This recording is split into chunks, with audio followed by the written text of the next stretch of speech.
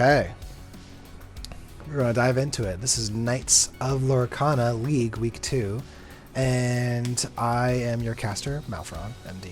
Pleasure to meet you, and hope you've been enjoying the league so far. I wanted to start off by saying, so Knights of Lorcana is a seasonal league where players come together once a week and have challenges. You get matched up, and over the league get to see how many wins you accrue, how many losses you accrue, and then by the end of it there will be a tournament featuring the top of the league and a slot even for a last chance qualifier to claim glory.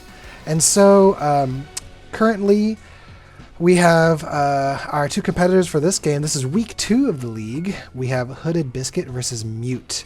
Hooded Biscuit is on your left, Mute is on your right, and players that are definitely familiar on Pixelboard. I've run into Hooded Biscuit a lot myself. I'm a Sapphire Steel player. He plays Emerald Steel, and on the right, Mute will be playing Amethyst Steel during this match. So Purple Steel versus Green Steel.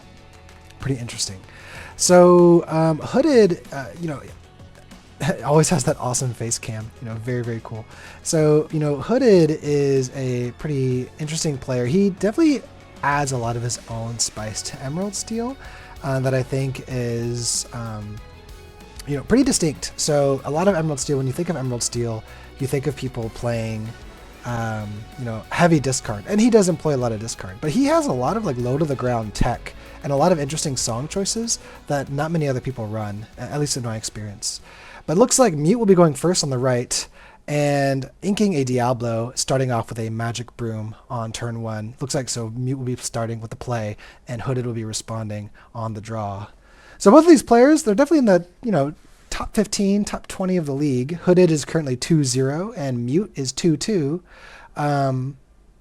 And starting off with inking a Gantu, playing a Diablo, and we get to see that hand. So we have a Genie, a Pete, a Lawrence, Friends Like Me, and a Madam Mim Snake. Honestly, very strong hand. Everything's playable, everything's consistent. You really can't ask for too much of a better hand. Maybe one more 1-drop there, kind of depending on who you'd play against. But against Emerald Steel, you're probably pretty happy with a Snake. Seeing as Emerald Steel can pop a lot of those vulnerable characters if you shifted in that big Floodborn Diablo and sang something like I Let the Storm Rage On. So requesting for 1 with Magic Broom on the right, inking, playing Madam Mim Snake, returning that broom, getting a big threatening body on the board. Kind of hard to remove, at least on this turn. And we'll be passing on to Hooded Biscuit. Hooded Biscuit takes his draw. And let's see if he has that shifted Diablo. Diablo Devoted Herald, the scary, deadly bird that draws whenever your opponent would draw on their turn. Very, very strong. We're inking an Ursula Deceiver of All. Ooh, we don't like to see that. Playing a Shmee. That is interesting. I wonder if that's a matchup decision or if he really is struggling for inkables in his hand. I feel like you wouldn't want to get rid of a Ursula unless you have multiple in your hand or you're just really kind of stuck with a bunch of uninkables and songs. And he's choosing to not quest with the Diablo, which I mean is wise. Snake can essentially take it for free with no repercussions and then still threaten Shmee on the board. And so, you want to conserve the Diablo while you can. Maybe it'll play a role later. So we're going to ink a second, or the original Magic Broom that we bounced back, playing a Lawrence, questing for 1. You're taking that lore, right? You got to get to 20 some way or somehow. And so, one step at a time. And then Lawrence now threatening big body with big lore on turn 3, and also establishes a singer for Friends Like Me if you would like to. So we're inking Hypnotize, which allows you to draw a card and discard a card. And playing, there it is. Okay, so he had a 2 Ursula Deceiver of All. It definitely would feel a little strange. Now, is he going to quest with Shmee here? No, he's deciding to not quest at all. So I would assume that Hooded Biscuit is probably holding some pretty valuable songs that he's going to try and take the board back, I would assume. Perhaps I Let the Storm Rage On, in which case that would allow him to potentially damage Snake, finish him off with Diablo, and maybe damage the Lawrence and allows him to kind of establish the board presence that he's oh so craving. We'll see. We are up to 3 ink, now up to 4, inking that Pete, game's referee, and establishing Genie, get the card draw on play.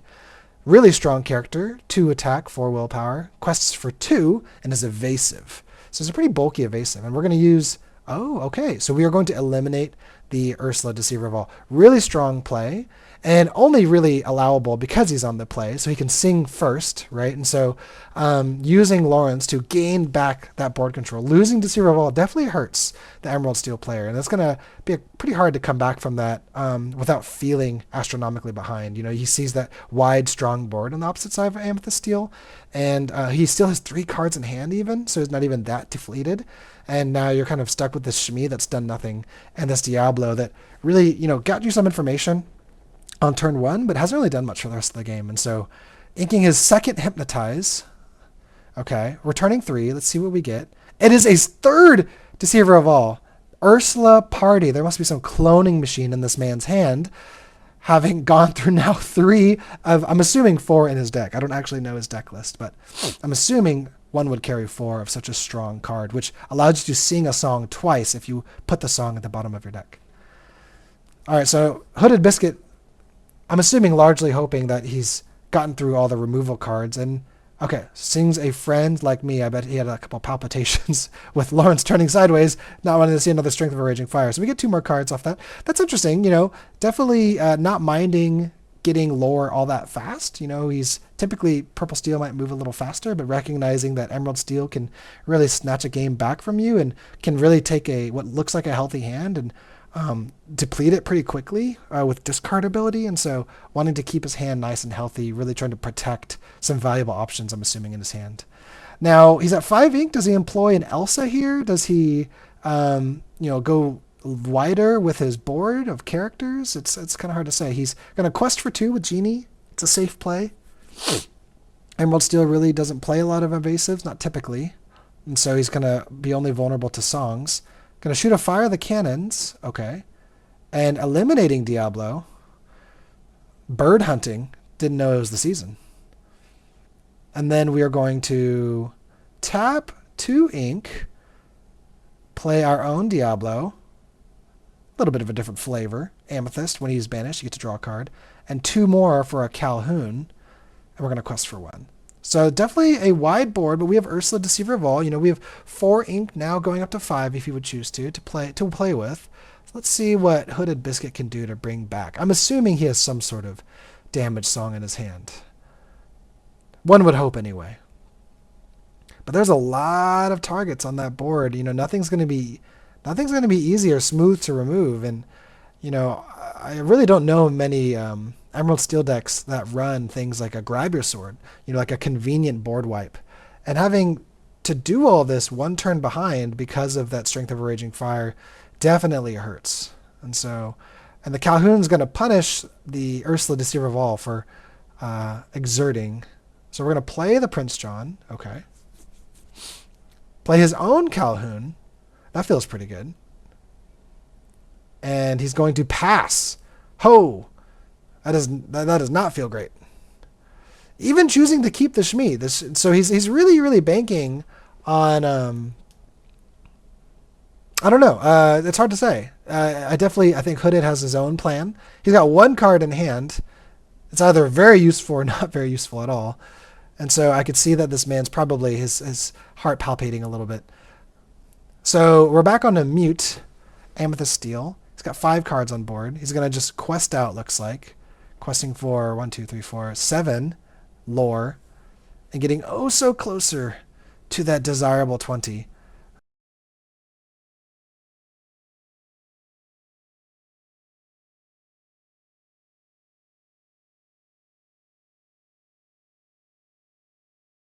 Get back to Hooded Biscuit.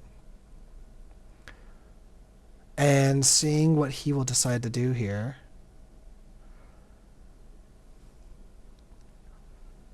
Thinking as he considers his options.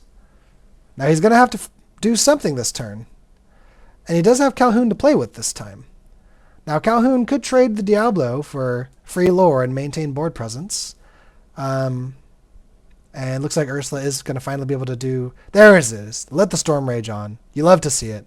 Now does he take out the Genie? Does he ping the Genie once? Ping the Lawrence? And he does decide to take out the Genie. Okay.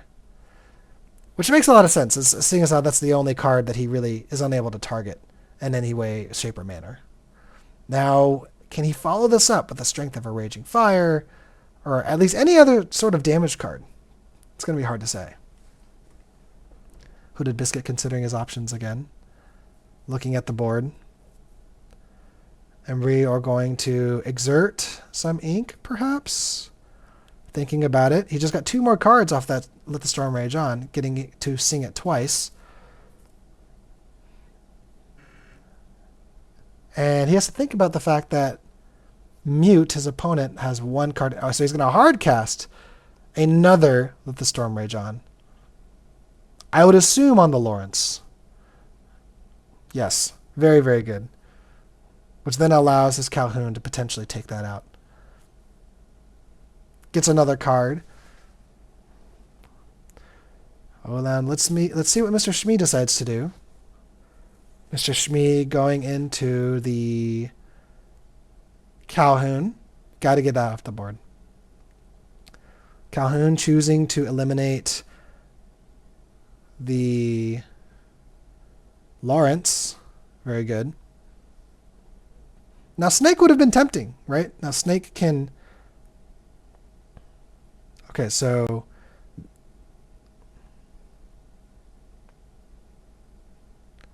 Thinking of his options again. Sudden Chill.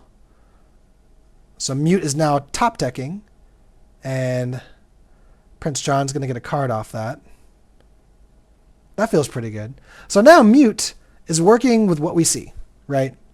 And Hooded has lots of options in his hand.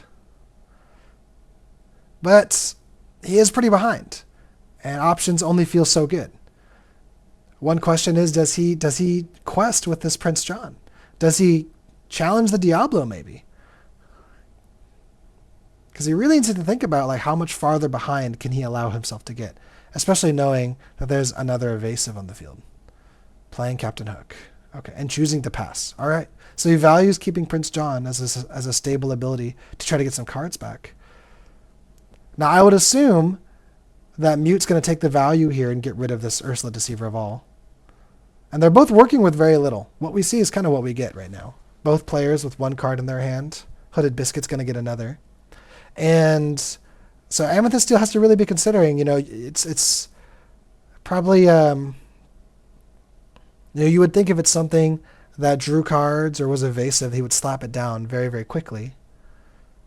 Could we be perhaps dealing with another Madame Mim? So Madame Mim is going to eliminate Ursula. And I don't think that's supposed to remove the Snake. Perhaps a small little misplay or misunderstanding there. Ursula Deceiver of All only has 2 challenge and not 3. But the players already finished their game. Well, I guess we'll let them proceed. I am casting this after the fact. Looks like Calhoun is going to choose to eliminate the Diablo. You kind of have to. Now let's see if he has any answer for this Tinkerbell. Now the Tinkerbell, I don't think he doesn't have the ability to outpace the Tinkerbell. Choosing to quest out, going to 7. And passing. Now that's got to be a little nerve-wracking. Hooded knows he at least has no more than 2 more turns if this Tinkerbell is not answered. And you would assume that, okay, and there's a genie. That's scary. So he has to have answers for these. You're really, really looking for a Strength of a Raging Fire here. Probably 2 Strength of a Raging Fires, to be completely honest. 1 more card in hand for Mute. And I'm pretty sure that was it was either a top deck or off the Diablo. I mean, regardless, really, really good card to come off either or.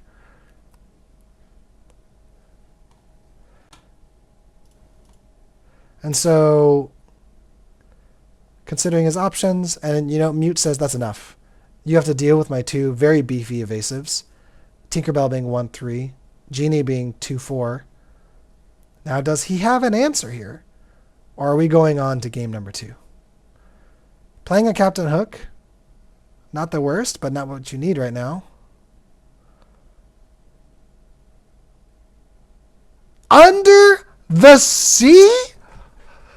Under the sea?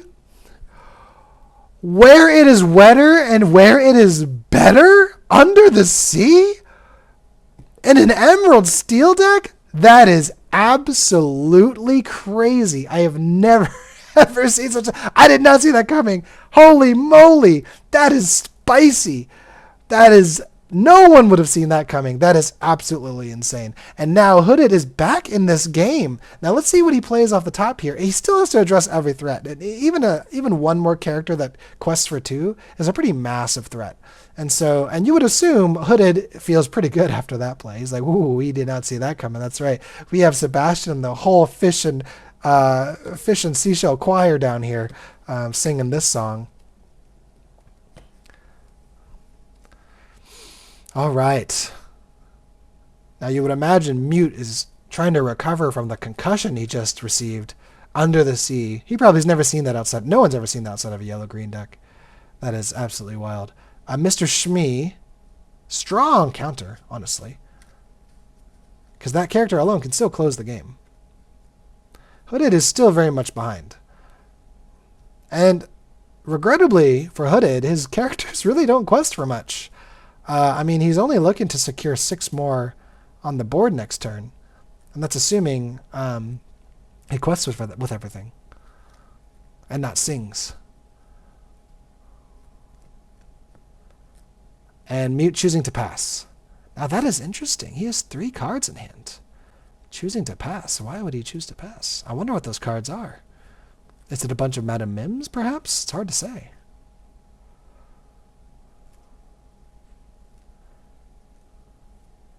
Hooded considering his options, knowing that he has to answer the Shmee. If he cannot address the Shmee, we are looking at a game number 2. Playing I'm Still Here. Okay. So he's going to be singing. I'm Still Here draws you a card, gives a character resist 2 until the start of your next turn. So making that Diablo a little sticky. And he does not have an answer. Mr. Shmee secures the game, and we are going to a game number 2.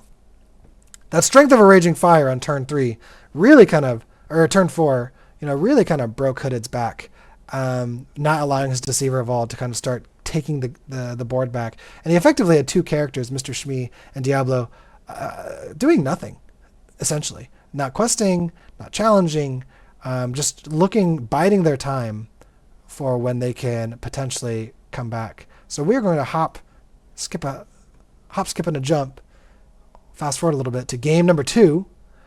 Game number 2. Now we have Hooded, Biscuit, Emerald Steel on the play with Mute on the draw. Hooded, Biscuit. Any deck is going to feel better on the play. Almost any deck anyway. But especially, Emerald Steel, where so much of your game plan revolves around singing. And to be able to go first, to let your characters dry first, and to sing first is so powerful in a deck like Emerald Steel. So we're going to start off with Diablo. Diablo turn 1 again. We have Tinkerbell, Calhoun, the long lost cousin Diablo, Broom, Friends Like Me, Strength of a Raging Fire, and Madam Mim Fox. Pretty strong hand. Hooded says that's fine. Proceed with your turn. Play your Diablo, play your Magic Broom, and I'll see you on turn 2. Now, does he have the Shift Diablo? That is the question. Because he didn't have it last time, and he did have the turn 1 Diablo. We're going to ink the 1-drop, play the other 1-drop, and pass. Hooded Biscuit drawing for turn.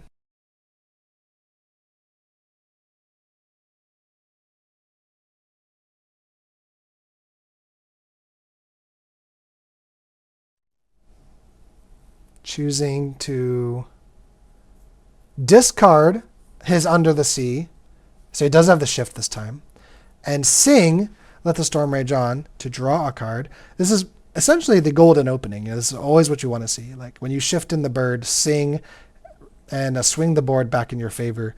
I mean, the only thing that would probably make this better is if he played an Ursula Deceiver and... Oh, there she is!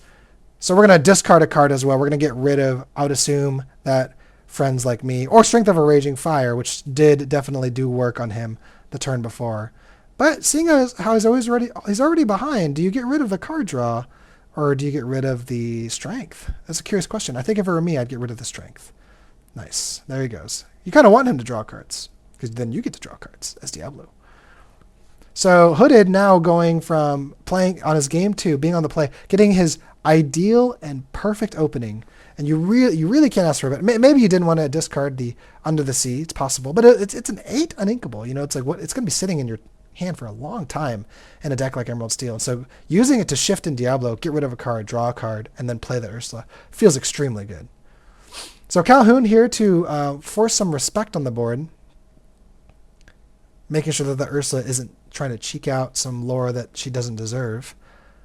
But not evasive, so can't really impact the Diablo here.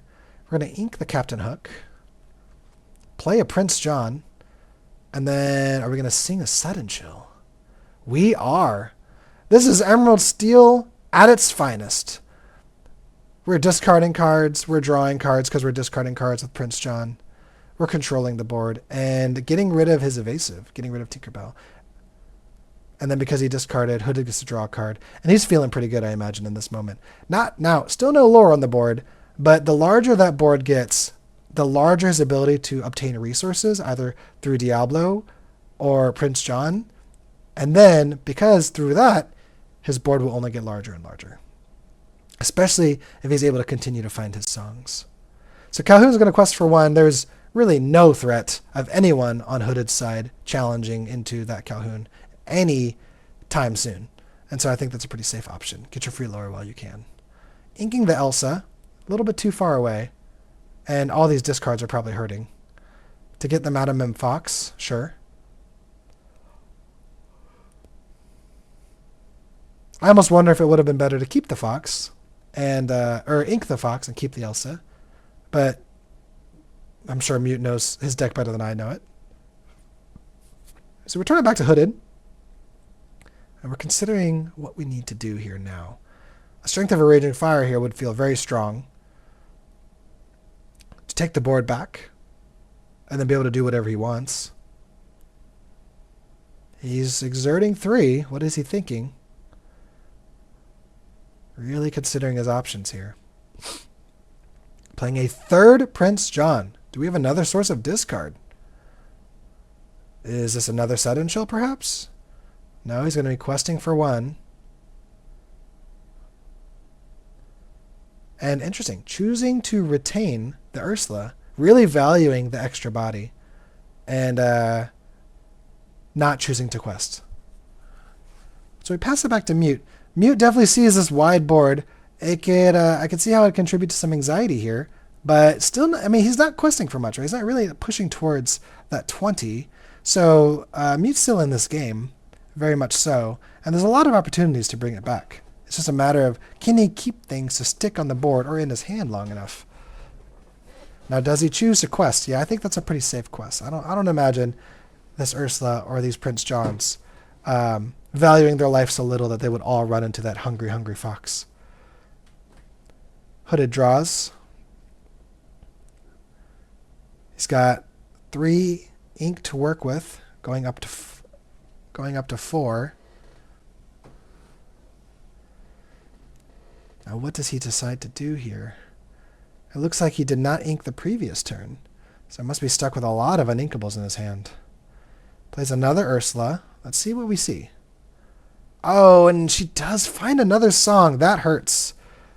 And definitely now you're really hoping that Hooded doesn't have any more discards. And he's going to get 2 card draws off that. Feels pretty good about that play with the double Prince John. Many, many options to consider now,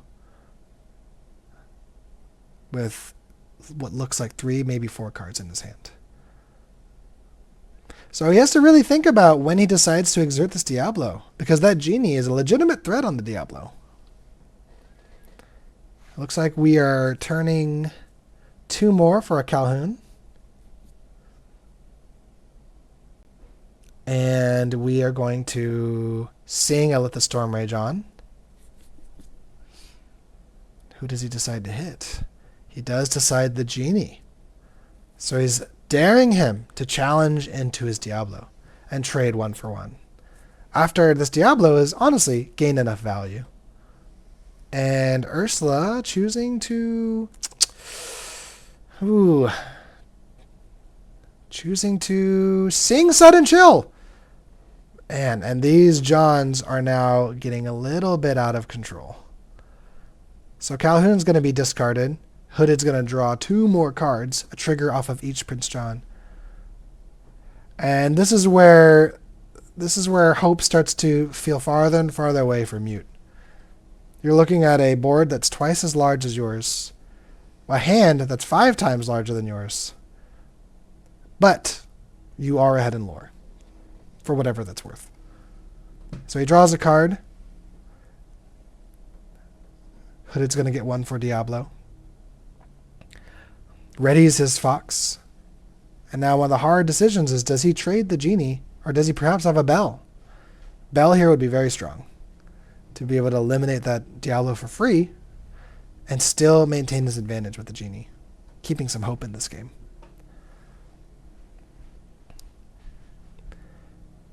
Mute kind of staring at this board, really trying to wonder, how does one come back from a position like this? Especially knowing that whatever is in Hooded's hand is likely going to be doing some serious damage to either your hand or your board or both the following turn. He's not seen a Strength of a Raging Fire yet. He's not seen a Hypnotize yet. And who knows what else is being run. And we know that Under the Sea is a legitimate threat now that we know that Hooded plays the card. we don't really know the count. It's taking a long time to really think about his options here.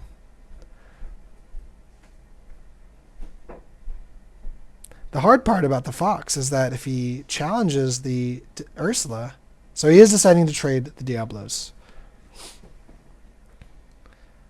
It's a hard decision, but honestly, it probably had to be done. Now, the hard decision here is, like, does he eliminate the Deceiver, which is going to be an extra lore or singer each turn? But that sets him up to die from the Calhoun, which does give 2 more lore to Hooded Biscuit. There's a lot of hard decisions here. With 2 cards in hand, he's going to play a Pete. Well, that's good. Preserves his hand for a little bit. And, choosing to pass. So really valuing the Fox, because the Fox right now is kind of one of the bigger threats on making sure that Hooded respects the field and isn't questing with his Prince Johns, which are questing for the most, questing for 2 each. Hooded now with so many options, right? This man's out here as if he's scrolling Amazon. The options seem limitless. What could he play? So, valuing the information, wanting to see what's in his hand, we are dealing with a Mr. Shmee. Powerful, but not that powerful in this current situation. Now Hooded feeling like I have permission to do whatever I want, so he's going to proceed with putting down a bunch of cards, I imagine.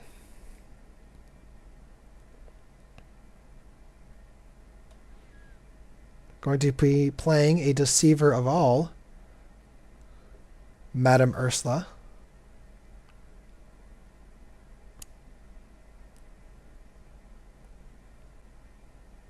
And choosing to pass. I mean, color me shocked, I admit. Not even questing the Ursulas. This man values his team. You know, no one is left behind. He's out here. If you trip in the battlefield, he will go back and rescue you. No one dies on his board. No one's allowed to quest unless the opponent has nothing. And so, how fascinating. I don't think I've ever seen anyone take care of their Ursulas like Hooded takes care of his ladies. I tell you what. Okay.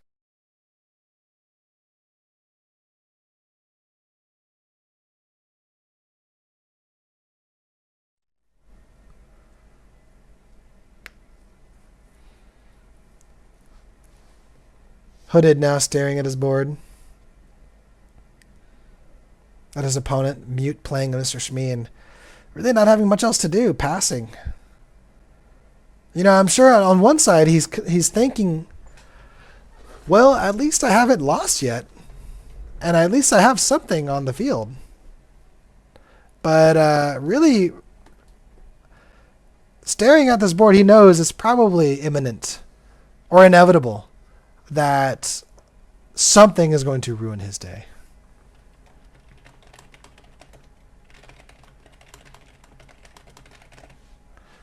Now, Hooded is, again, staring into the barrel of his endless amount of options.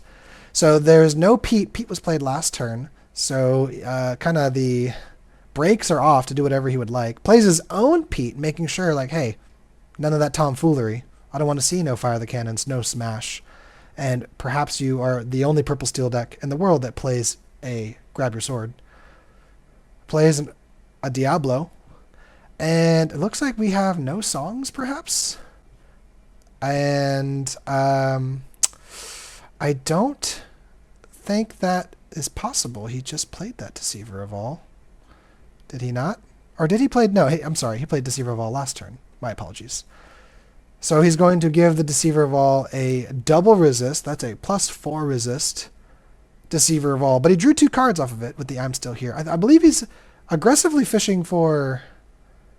Okay, now I'm sure he just played that Diablo. Did he not? Did he not just put down that Diablo? And he's going to pass. We're gonna do an instant rewind here. Oh, it was a shift. My apologies. He shifted the Diablo. I've now talked with the board. I'm getting confirmation from the room in the back, who just ran 10 instant replays on the moment, multiple angles, and yes, he shifted on that Diablo. So that was my apologies, audience. Looks like Mute is deciding, you know what, I have to do something. I simply can do nothing, and I will start the process of gaining some kind of lore, and he's going to quest. The Shmi, I'm assuming, is supposed to have a damage. Probably just forgot to put it on in the moment.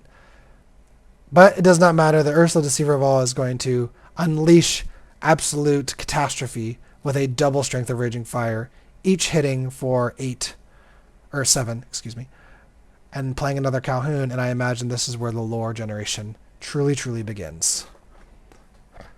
And man, I've never seen so many birds. I swear, it's like I'm going outside in the summer. Diablo is just filling the sky, and we're going to be questing for 6, 7, 8, 9. You know, Emerald Steel, they may not quest for much, but when they do quest together, it is a fair mount. Okay. Mute looking at this board saying, why am I not playing red? And where is my Be Prepared? You know, what's funny is actually if he was running a Grab Your Swords, almost, you know, at least half that board would be gone. But nope, deciding I think the fastest way to address that board is just to scoop this game up. And we're going to be proceeding to game 2, it looks like. And let's jump to game 3. It's game 3. My apologies, game 3. Players will be shuffling the deck. Mute is back on the play. Now, it always feels challenging being the person on the draw, on the start, and seeing the opponent be on play twice. However, in a best of 3, you have a strong understanding of what your opponent's playing. And being in the draw kind of gives us an ability to respond very appropriately, knowing that you have more resources. And so let's see what Hooded can do here. Now, Emerald Steel does kind of rely a little bit more on high rolling. You know, if you don't start off with that Diablo opening, it can feel kind of not as robust, one would say. Now, he does start off with the 1-drop Diablo. He gets to see a Zeus, Ucky card, a Strength of a Raging Fire, and a Merlin in addition to a Calhoun and a Shmi. So the Chernobygs, now we'll see if he's going to value the card draw versus keeping the extra body for lore on the board. I would imagine with a Diablo and simply not knowing, is he going to sing? Is he going to shift? We don't know. That he would quest and get that extra card draw. Especially when you're on play, you really want that extra card. You know, you're working with less resources, and every bit of advantage helps in that regard. So let's see what he decides to do here. Now, Hooded knows, like, oh man, I really need that Ursula. Hopefully he has that Ursula in hand, because that's a lot of threatening songs in Mute's hand. Any Diablo that would come down really won't survive very long. And so he is going to decide to quest, banish, draw a card. He's got 5 in hand, and then we pass it back to Hooded with the Emerald Steel. All right, Hooded looking at his options, being like, that sergeant lady sure is not nice. Out here searching for her two lore. Now you would assume if he had the shifted Diablo, he would have played it already. So perhaps we're working with a little bit of a slower hand. He's going to ink what looks like his second Pete of the game. And we do have the shift. Looks like he was considering what action to get rid of. He's going to get rid of the... we don't talk about Bruno. Quest for 1. No 2-drop play. Interesting. Okay. And then we're going to proceed back. So he does know that he has one more turn at least. So that Diablo at least got one card. Because Mute is not able to play a character and play the Strength of a Raging Fire, which costs 3. And so we're looking at the ability for the Diablo to gain some sort of value for at least one more turn. Inking the Madame Mim Snake. Okay. And questing with Calhoun and passing. Truly the back and forth of underwhelming turns. I'm assuming neither player is very satisfied with their turns, as he didn't even get to play a card. So we pass it back. We have a Captain Hook that is going into the Inkwell. Looking at his options. Does he play a Prince John here? Ursula, Deceiver of All? A lot of strong 3-drops in an Emerald Steel deck. And we will be turning 3 and playing a... Ooh, is that a foil Ursula, Deceiver of All? How threatening. Okay. And going to be using the Diablo to sing. Maybe. Reconsidering. Perhaps he's considering the value of waiting a turn to sing something twice. And he's choosing to just quest, pass it back to Mute. So now Mute is working with a Then Along Came Zeus in his hand. But now he's got 2 very valuable targets. Do you get rid of the Diablo, which gives Hooded a card every turn? Or do you get rid of the Ursula, who can decimate your board? Now the hard thing too is that if he plays Zeus this turn, he's still only has this Calhoun on board. But one could say that it's worth getting rid of either one of those other cards.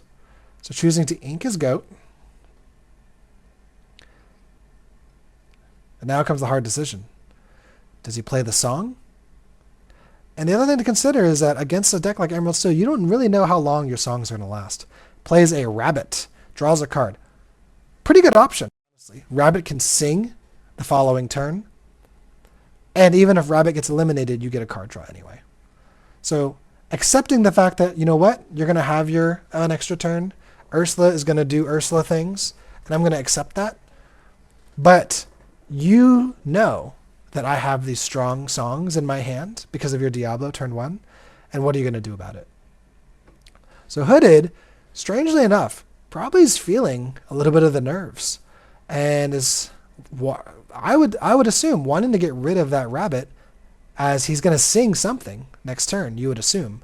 But if he sings with this Ursula, that Calhoun could just as easily get rid of it.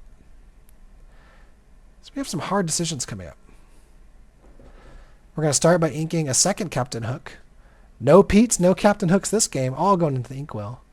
Playing a second Diablo, we have Crab, Friends Like Me, Zeus, Strength, and Zeus. Okay, well, with that hand, you know that someone will be banished next turn, no matter what you do.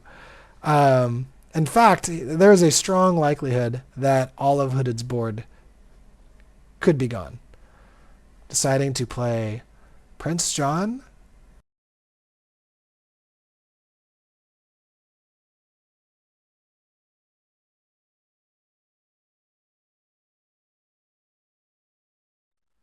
And singing Strength of Raging Fire with Ursula. What a play. Very, very strong. Honestly, couldn't ask for a better song in the moment. And with Diablo going to be questing for 1. So at the very least, right, Mute gets to draw off the rabbit, so that doesn't feel too bad. But you now see that your opponent is 4 characters up on you, and you lost one of your crucial singers. And so Mute's probably kicking himself, being like, should I have played Zeus on that Deceiver? Oh, fire the cannons. Very nice. Get rid of the bird. That feels pretty good. Step 1. And one would think that he'd probably choose to Zeus the Ursula. No! Choosing to play Lawrence. Really not wanting to ink. Okay. Because from what we remember, he had that Friends Like Me, and he must have drawn that Lawrence. So really valuing keeping both. He must truly be respecting that Prince John, but he surely must know that with the Deceiver of All, the risk of a sudden chill is pretty high.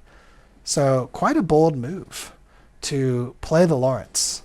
But this does establish a singer for him, right? This allows him to sing Strength of a Raging Fire and his Zeus. Is that 2 or 5 cards in hand? I don't know. Could be either or. All right, so now, Hooded, working with many potential options here. Double Storming. Oh, man, it's oppressive. This Ursula just, when she wants to, she just gets out of control. Singing, let the Storm Rage on twice, doing 2 damage twice, drawing 2 cards. 1 card for each let the Storm Rage on. Hooded giving a little chuckle, being like, I'm sorry, man. It was not meant to be like this. You could have joined me. We were brothers, Anakin. Hypnotized, so draws a card, discards a card, and because his opponent's going to discard a card, Prince John triggers and allows him to draw another card. We get rid of one of the Zeuses. And so it was a 5. Okay, so he has 4 more cards in hand. Now, is he able to get rid of another card? Can we sudden chill here? Shifting the second Diablo. Oh, that's discouraging. Getting rid of Strength of Raging Fire. Man, really not caring. Like he's really assuming, I don't think you're going to have a board anytime soon. Inking Ursula Deceiver of All. Choosing to play an Ursula Deceiver. Such a powerful card on play. You get to look at your hand, and if there's a song, you get rid of it. And one would think that he'd probably get rid of the Zeus. Yep. Keep that Deceiver, keep that Diablo nice and healthy. Draws again for Prince John. And does he have any more songs to sing? Or is he going to quest out here? Choosing to quest for 3. And we pass it back. Now, this is a very discouraging position, because remember, Mute was on the play. But when Emerald Steel establishes this setup, it's pretty tough to bring it back, especially when you're not running something like a Grab Your Swords, a Be Prepared, a Sisu, something with the ability to hit multiple targets at the same time and get rid of those 2 willpower characters. And so now what does he do? We know he has a Friends, we know he has a Strength, and he has a Crab. He's inking the Strength, playing a Belle. Belle is at least beefy. She's got 4 willpower, 4 challenger, and she quests for 2. She has a 5 cost. Oh man, but playing Belle when you can't use her ability, that definitely feels pretty bad. Now Belle, experienced mystic. She has the ability that when on play, you can move 3 damage counters from one character to another chosen character. To another chosen opponent character. Hood is going to be playing a sudden chill. And Mute loses his only other card. Hood is going to draw for that. And this is just the worst position to be in. Mute is in pure top deck mode with no real easy way to deal with his opponent's onslaught of characters. Oh my goodness. And even if he had one, the Pete says no actions next turn. No songs and Strength of a Raging Fire. So not only does he have no hand and he's not allowed to play actions, and he now has no characters. You really can't have a worse situation in this beautiful game of Lorcana. Hooded recognizing that, well, there's actually nothing you can do in that deck, and choosing to quest out with getting 3. Now, that's a pretty good top deck. Merlin Rabbit. You honestly, of all the cards you probably could have drawn into, that's probably the best one. Got to play, got to draw a card, got to move on. Kind of unfortunate that card's stuck in his hand, because now you know that Hooded is thirsting for that, and that's going to give him 2 card draws. Man, he just has everything. He just has every answer. He says, I'm going to play my 3rd Let the Storm Rage on, and we're going to get rid of that card. I'm going to sing that twice. Hooded seeing 2 cards left in his hand, Mute's hand. Going to be playing his 2nd Deceiver of all. Considering his plethora of options here, does he have another Pete? He's inked 2 Pete's this game. He's played third one.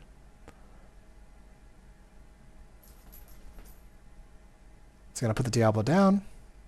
He's got 4 more ink to play with. Going to exert 4 to play a Calhoun and a Calhoun. All right. Because why not? We're going to quest for 2, 6, 7, 8.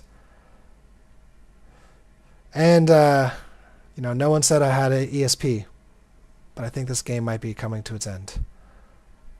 Mute, going to go out fighting, though. He's going to draw his card, and it looks like he is going to concede the game. And what started off as a pretty back-and-forth series, Hooded honestly brings it back to be to just oppressively put down Mute on his purple and on his amethyst steel, and just say, no, I'm going to eliminate all your options. I'm going to take the board, and I'm going to say, what's done is done. So that's all we have for this game. Thanks for watching, everyone, and tune in next time for the rest of the Knights of Lorcana.